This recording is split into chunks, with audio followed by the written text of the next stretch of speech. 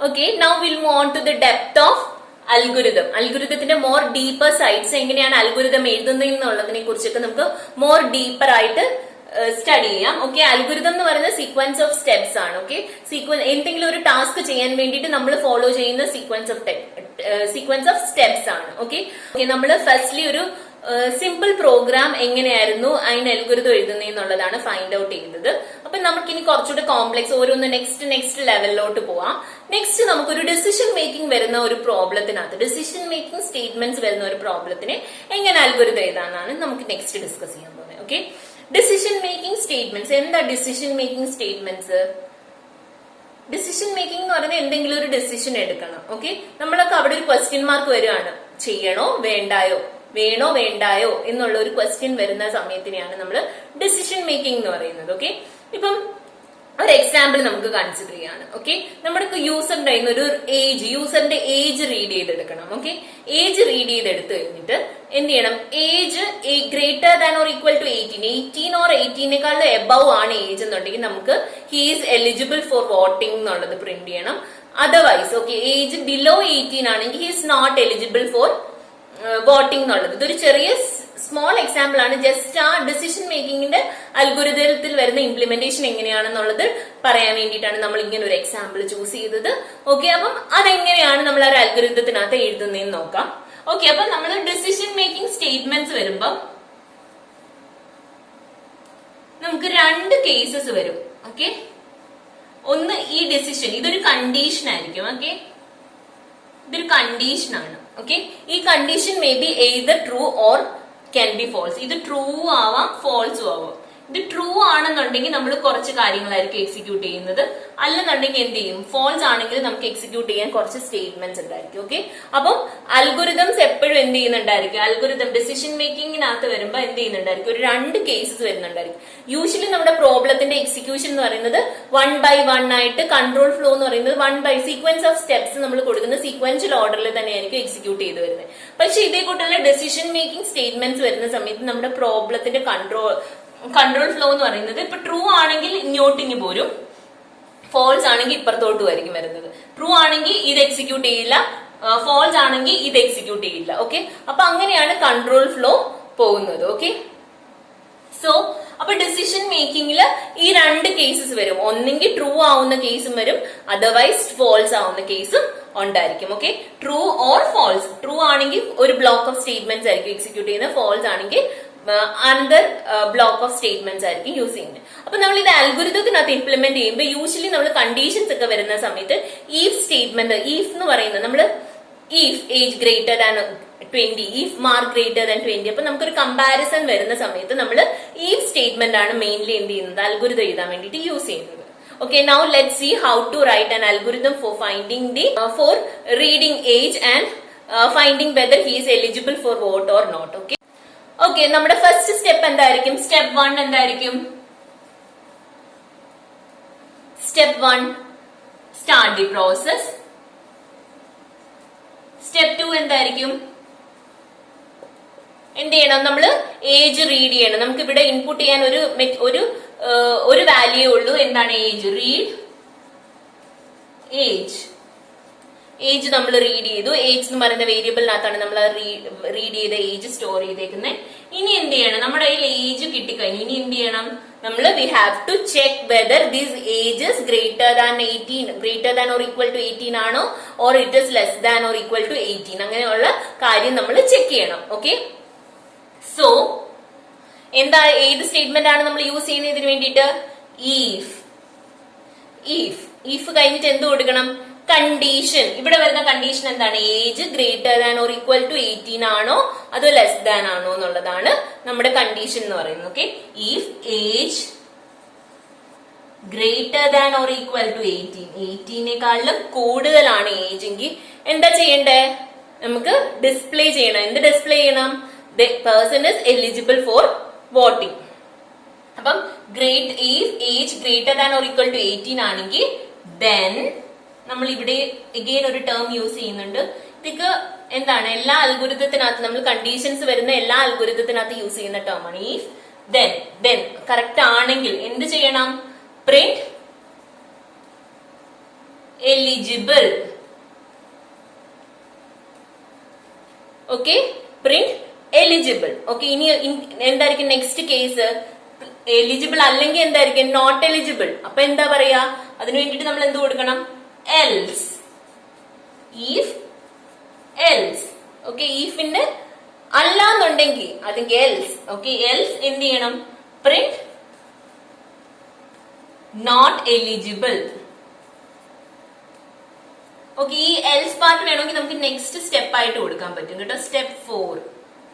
Okay, if condition true ആണെങ്കിൽ ഒരു block of statement. Okay, ഇതിന്റെ സബ് ആയിട്ടാണ് നമ്മൾ എന്ത് ചെയ്യുന്നത്? പ്രിന്റ് എലിജിബിൾ എന്ന് പറയുന്നത് കൊടുക്കുന്നത്. ബിക്കോസ് ഈഫിന്റെ കണ്ടീഷൻ ട്രൂ ആണെങ്കിൽ മാത്രം ഈ പ്രിന്റ് സ്റ്റേറ്റ്മെന്റ് എക്സിക്യൂട്ട് ചെയ്താൽ മതി. അതുകൊണ്ടാണ് അതിന്റെ ഇൻഡന്റേഷൻ കൊടുത്ത് നമ്മൾ കുറച്ച് ഉള്ളോട്ട് നീക്കി എഴുതുന്നത്. ഓക്കെ, അതുപോലെ തന്നെ എൽസിനകത്തും എന്താണ്? Else print not eligible. എൽസിന്റെ ഒരു സബ് പാർട്ടാണ് അല്ലെങ്കിൽ സബ് പാർട്ട് ആയിട്ട് വരുന്നതാണ് പ്രിന്റ് നോട്ട് എലിജിബിൾ എന്ന് പറയുന്നത്. അപ്പൊ നമ്മൾ അവിടെ ഇൻഡന്റേഷൻ കൊടുത്തു, കുറച്ച് സ്പേസിംഗ് കൊടുത്തിട്ട് നെക്സ്റ്റ് ആയിട്ടായിരിക്കും എന്ത് ചെയ്യുന്നത്? എഴുതുന്നത്. ഓക്കെ, സോ ഇതാണ് എന്തിനു വേണ്ടിയിട്ടുള്ള algorithm? Reading and age read ചെയ്തിട്ട് എന്ത് ചെയ്യാണ്? നമ്മൾ ചെക്ക് ചെയ്യാണ് whether he is eligible or not eligible for voting. Okay,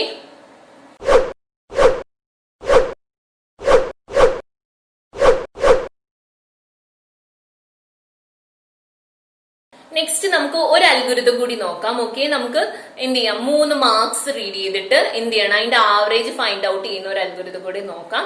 okay, അപ്പൊ അതിന് വേണ്ടിയിട്ട് നമുക്ക് എന്താണ്? നമ്മുടെ ഇനിഷ്യൽ സ്റ്റെപ്പ് തൊട്ട് തുടങ്ങാം. ആദ്യം എന്തൊക്കെയായിരുന്നു ഇൻപുട്ട്? ഇൻപുട്ട് ഇവിടെ എന്തായിരിക്കും?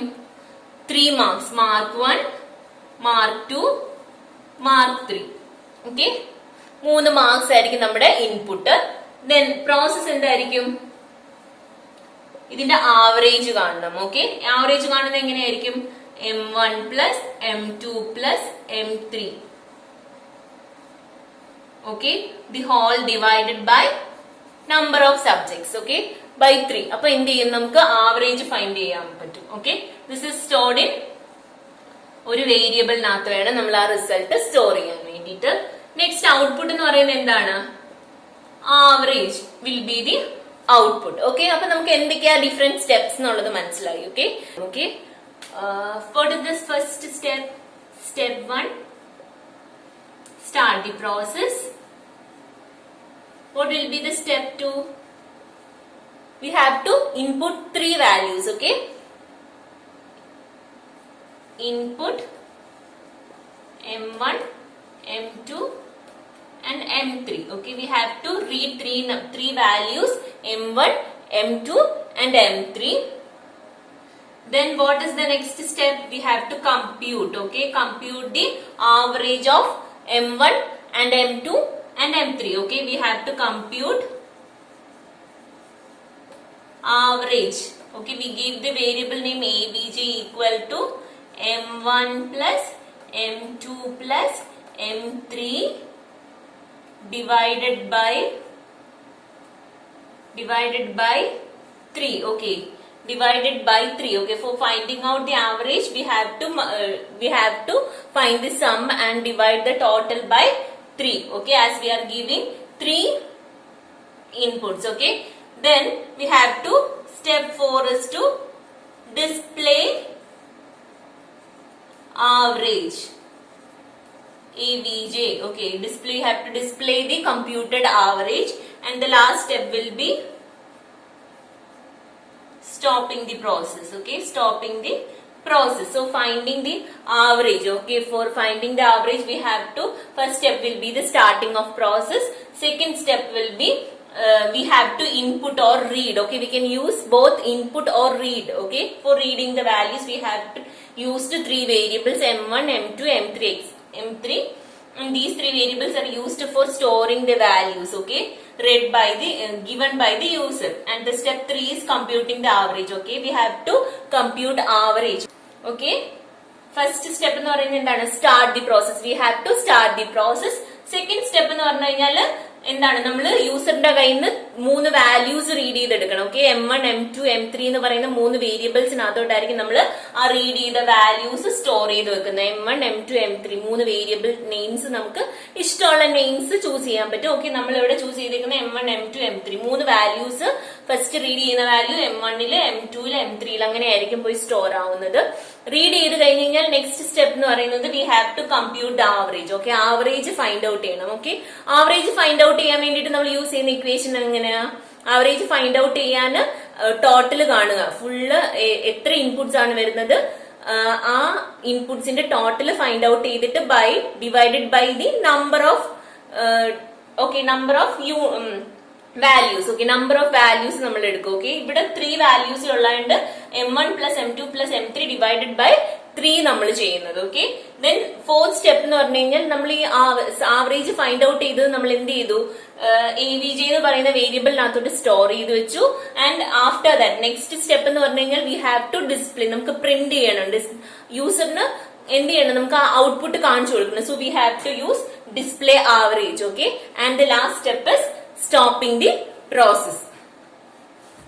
Okay, now let's discuss the important characteristics of an algorithm. Okay, എന്തൊക്കെ ക്യാരക്ടറിസ്റ്റിക്സ് ആണ് നമ്മൾ ഒരു അൽഗോരിതത്തിന് വേണ്ടുന്നത്? ഓക്കെ, ഒരു അൽഗോരിതം എഴുതുന്ന സമയത്ത് എന്തൊക്കെയാണ് ഇമ്പോർട്ടന്റ് ക്യാരക്ടറിസ്റ്റിക്സ് ആ അൽഗോരിതത്തിന് വേണ്ടുന്നത് എന്നുള്ളതിനെ കുറിച്ചാണ് നമ്മൾ നെക്സ്റ്റ് ഡിസ്കസ് ചെയ്യാൻ പോകുന്നത്. First characteristic is the precision. Okay, precision. നമ്മൾ എഴുതുന്ന എല്ലാ സ്റ്റെപ്സ്, നമ്മൾ ഒരു അൽഗോരിതത്തിനകത്ത് നമ്മൾ മൾട്ടിപ്പിൾ നമ്പർ ഓഫ് സ്റ്റെപ്സ് എഴുതുന്നുണ്ടായിരിക്കും. Okay, all the steps should be precisely stated and defined. Okay, precise ആയിട്ട്, ഒത്തിരി എലാബറേറ്റ് ആയിട്ടല്ല അൽഗോരിതം എഴുതുന്നത്. ഓക്കെ, പ്രിസൈസ്ലി ചെറിയ ചെറിയ സ്റ്റെപ്സ് ആയിട്ടാണ് എന്ത് ചെയ്യുന്നത്? നമ്മൾ അൽഗോരിതം എഴുതുന്നത്. So the steps should B precise. Okay, and എന്നാൽ പോലും നമ്മൾ പ്രിസൈസ് ആയിട്ട് എഴുതുന്നെങ്കിൽ പോലും അത് പ്രോപ്പർലി ഡിഫൈൻ ചെയ്തിരിക്കണം. അതിനകത്ത് വേണ്ടുന്ന കാര്യങ്ങൾ ഉണ്ടായിരിക്കുകയും ചെയ്യണം. പക്ഷെ അത് ഒത്തിരി ലാർജ് ആയിട്ട് ഡിസ്ക്രിപ്റ്റീവ് ആയിട്ടൊന്നും അല്ല നമ്മൾ അൽഗോരിതം എഴുതുന്നത്. പ്രിസൈസ് ആയിട്ടുള്ള സ്റ്റേറ്റ്മെന്റ്, സ്മോൾ സ്റ്റേറ്റ്മെന്റ്സ് ആയിട്ടാണ് എന്ത് ചെയ്യുന്നത്? നമ്മൾ അൽഗോരിതം എഴുതുന്നത്. Okay, that is the first characteristics. Okay, the second characteristic is the finiteness. Okay, finiteness. നമ്മള് അൽഗോരിതം എഴുതി ഒരു എസ്സേ പോലെ നമ്മൾ അങ്ങ് എഴുതി പോവല്ല ചെയ്യേണ്ടത്. ദർ ഷുഡ് ബി ഒരു എവിടെയെങ്കിലും എത്തുമ്പോൾ എന്താണ്? അത് സ്റ്റോപ്പ് ആവണം. Okay, finite number of steps. നമ്മൾ എഴുതുന്നത് എന്താണ്? ലൂപ്പ് ചെയ്ത് സ്റ്റോപ്പ്, എന്താണ്? ഒരു എൻഡ് ഇല്ലാതെ പോവരുത്. എപ്പോഴും എന്ത് ചെയ്യണം? ഒരു ഫ്യൂ നമ്പർ ഓഫ് സ്റ്റെപ്സ് കഴിയുമ്പോൾ നമ്മുടെ അൽഗോരിതം സ്റ്റോപ്പ് ആവണം, പ്രോഗ്രാം സ്റ്റോപ്പ് ആവണം. ഇൻഡെഫിനിറ്റ് ലൂപ്പിംഗ് ഒന്നും പാടില്ല. ഓക്കെ, അതാണ് എന്ത്? സെക്കൻഡ് പോയിന്റ് എന്ന് പറയുന്നത് ഫൈനൈറ്റ്നെസ്. ഓക്കെ, നമ്മുടെ പ്രോഗ്രാമിൽ ഫൈനൈറ്റ് നമ്പർ ഓഫ് സ്റ്റെപ്സ് കുറവായിരിക്കണം. ഒത്തിരിയും സ്റ്റെപ്സ് എഴുതി ലോങ് ആയിട്ട് പോകാൻ ഒരിക്കലും അതൊരു നല്ല ക്യാരക്ടറിസ്റ്റിക്സ് അല്ല. ഒരു അൽഗോരിതം ഒത്തിരി ലോങ് ആയിട്ട് പോവാന്ന് പറയുന്നത് അതൊരു ഗുഡ് ക്യാരക്ടറിസ്റ്റിക്സ് അല്ല. Okay, third one is the input. Okay, നമ്മുടെ അൽഗോരിതത്തിന് പ്രോപ്പർ ആയിട്ട് ഇൻപുട്ട് ഉണ്ടായിരിക്കണം. ഓക്കെ, അൽഗോരിതം എന്താണ്? നമ്മുടെ യൂസറിന്റെ കയ്യിൽ നിന്ന് പ്രോപ്പർ ആയിട്ട് ഇൻപുട്സ് റിസീവ് ചെയ്യണം. ഓക്കെ, ആ ഇൻപുട്ടിനെ എന്താണ്? ഏത് ഇൻപുട്ട് കൊടുത്താലും നമ്മുടെ അൽഗോരിതം റൺ ചെയ്യാൻ പറ്റണം. ഓക്കെ, അതാണ് എന്ത്?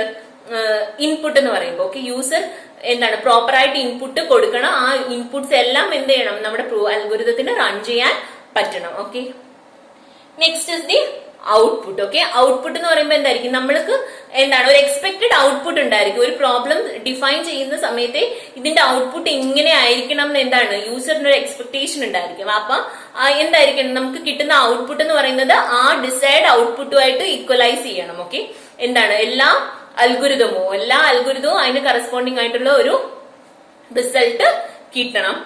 Then last point is the uniqueness. Okay, എല്ലാ സ്റ്റെപ്സും യുണീക്ക് ആയിരിക്കണം. ഓക്കെ, നമ്മൾ എഴുതുന്ന ഓരോ സ്റ്റെപ്സും യുണീക്ലി ഡിഫൈൻഡ് ആയിരിക്കണം. അതുപോലെ തന്നെ ആ യുണീക്നെസ് ഓരോ സ്റ്റെപ്സും നമ്മുടെ ഇൻപുട്സിനെ ഡിപ്പെൻഡ് ചെയ്തിരിക്കണം. ഓക്കെ, നമുക്ക് കൊടുക്കുന്ന ഇൻപുട്ടിനെ ഡിപ്പെൻഡ് ചെയ്യണം. അതുപോലെ തന്നെ എന്ത് ചെയ്യണം? നമ്മുടെ തൊട്ട് മുന്നേ ഉള്ള പ്രിസീഡിങ് സ്റ്റെപ്സിനെയും ഇൻപുട്ടിനെ മാത്രമേ എന്ത് ചെയ്യാൻ പറ്റുള്ളൂ? ഡിപ്പെൻഡ് ചെയ്യാവുള്ളൂ. Okay, so these are the important characteristics of algorithm. First one was the precision. Precision എന്ന് പറയുന്നത് നമ്മുടെ അൽഗോരിതം എഴുതുന്നതിനകത്ത് ഓരോ സ്റ്റെപ്സും എന്തായിരിക്കണം? Steps are precisely stated. അത് വളരെ ചെറുതായിട്ട് വളരെ ബ്രീഫ് ആയിട്ട് സ്റ്റേറ്റ് ചെയ്യണം. പക്ഷെ അതിനകത്ത് പ്രോപ്പർ ഡെഫിനിഷൻ ഉണ്ടാവണം. Second one is the finiteness. Okay, നമ്മൾ ഫ്യൂ നമ്പർ ഓഫ് സ്റ്റെപ്സ്, അല്ലെങ്കിൽ algorithm always should stop after number of steps. Finite number of steps കഴിയുമ്പോൾ എന്ത് ചെയ്യണം? അൽഗോരിതം സ്റ്റോപ്പ് ആവണം. Okay, that is the second step. And the third step is that input. Okay, algorithm should receive some input from the user. User it should receive some input. Okay, ആ input എല്ലാ case ഏത് input കൊടുത്തു കഴിഞ്ഞാലും എന്ത് ചെയ്യണം, ആ algorithm run ആവണം. Okay, next is the output. Okay, output means algorithm should produce some output. അതിനൊരു ഔട്ട്പുട്ട് യൂസറിന് കൊടുക്കാൻ പറ്റണം. ഓക്കെ, നമ്മൾ ഡിസൈഡ് ആയിട്ടുള്ള ഔട്ട്പുട്ട് തന്നെ ആയിരിക്കണം എന്ത് ചെയ്യേണ്ടത്, അൽഗുരിതം കൊടുക്കേണ്ടത്. ഓക്കെ, നമ്മൾ എന്താണ് പ്രോബ്ലം ഡിഫൈൻ ചെയ്യുന്ന സമയത്ത് പ്രോപ്പറായിട്ട് ഡിഫൈൻ ചെയ്തെങ്കിൽ നമുക്ക് പ്രോപ്പർ ആയിട്ടുള്ള ഔട്ട്പുട്ട് കിട്ടത്തുള്ളൂ. ലാസ്റ്റ് വൺ എന്ന് പറയുന്ന യുണീക്നെസ്. നമ്മുടെ ഓരോ സ്റ്റേറ്റ്മെന്റ്സും യുണീക്ക് ആയിരിക്കണം. ഈ സ്റ്റേറ്റ്മെന്റ്സ് നമ്മുടെ എന്താണ് ഇൻപുട്ടിനെയും അതുപോലെ തന്നെ തൊട്ട് മുന്നേ ഉള്ള സ്റ്റെപ്പിന്റെ റിസൾട്ടിനെ മാത്രമേ എന്ത് ചെയ്യാവുള്ളൂ, ഡിപ്പെൻഡ് ചെയ്യാവുള്ളൂ. ഓക്കെ, സോ നമ്മൾക്ക് ഇനി നെക്സ്റ്റ് ക്ലാസ്സിൽ നമ്മൾ ഫ്ലോ ചാർട്ടിനെ കുറിച്ചായിരിക്കും ഡിസ്ക്രൈബ് ചെയ്യുന്നത്, അല്ലെങ്കിൽ ഫ്ലോ ചാർട്ട് വരയ്ക്കുന്നത് എങ്ങനെയാണ്, അതുപോലെ തന്നെ അതിന്റെ വേരിയസ് സ്പീഡോ കോഡ്സ്. നമ്മൾ രണ്ട് റെപ്രസെന്റേഷൻ അൽഗോരിതത്തിനെ 2 വേസിലാണ് റെപ്രസെന്റ് ചെയ്യുന്നത്. സ്പീഡോ കോഡ് ആയിട്ട് റെപ്രസെന്റ് ചെയ്യുന്നുണ്ട്, ഫ്ലോ ചാർട്ട് ആയിട്ട് റെപ്രസെന്റ് ചെയ്യുന്നുണ്ട്. അപ്പൊ നമുക്ക് അതിനെക്കുറിച്ച് ഡെപ്തിൽ നമുക്ക് അൽഗോരിതം മാത്രം എഴുതിയാൽ പോരെ, നമുക്ക് ഫ്ലോ ചാർട്ടൂടെ എഴുതിയെങ്കിൽ മാത്രമേ നമുക്ക് പ്രോഗ്രാമിംഗിലോട്ട് പോകാൻ പറ്റത്തുള്ളൂ. ഓക്കെ, അപ്പം അൽഗോരിതം എന്താണ്, ഫ്ലോ ചാർട്ട് എന്താണ്, സ്പീഡോ കോഡ് എന്താണെന്നുള്ളത് അൽഗോരിതം നമ്മൾ ഓൾറെഡി സ്റ്റഡി ചെയ്ത് കഴിഞ്ഞു. നിങ്ങൾക്ക് എല്ലാവർക്കും മനസ്സിലായെന്ന് എനിക്ക് തോന്നുന്നു. ഓക്കെ, എനിവേ ഫ്ലോ ചാർട്ട് എന്താണ്, അതുപോലെ തന്നെ സ്പീഡോ കോഡ് എന്താണെന്നുള്ളത് will discuss in our next session. Okay, thank U.